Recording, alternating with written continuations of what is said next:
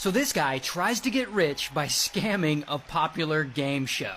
And he kind of succeeds. Now the guy's name is Michael, and he's an ice cream man. But Michael doesn't want to be an ice cream man. He wants to get rich quick. So he comes up with this wild plan to do just that. And he gets a bunch of TVs and he stacks them all on top of each other, and he watches game shows constantly trying to find one that he could potentially win money from.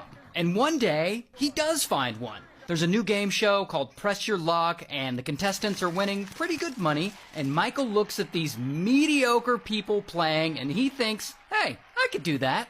So he gets a VCR and he records a bunch of episodes of the show, and he starts watching the tapes over and over again and studying them. And after several months, he finally figures it out. In the game, you win money by spinning the board and having it stop on a cash prize or a vacation. And the board, it seems to light up in random places. But Michael's been watching these episodes and pausing and replaying the tapes looking for patterns. And after 6 months, he discovers that the board lights up in 5 distinct looping patterns. And Michael thinks if he can just memorize these patterns, he can get on the show and he can win a bunch of money.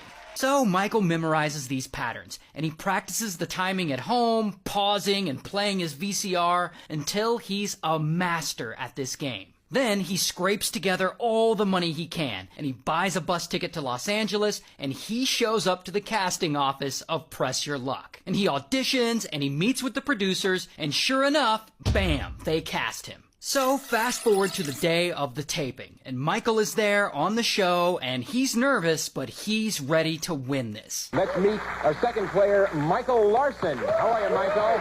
And so eventually, it's Michael's turn to play. And when he finally gets his first spin on the board, it doesn't go so well. Come on, big bucks, big bucks. I'm going. Stop! You gotta win. And by the time the first round ends, poor Michael, he's in last place. But it's not over yet. This is what he's been training for.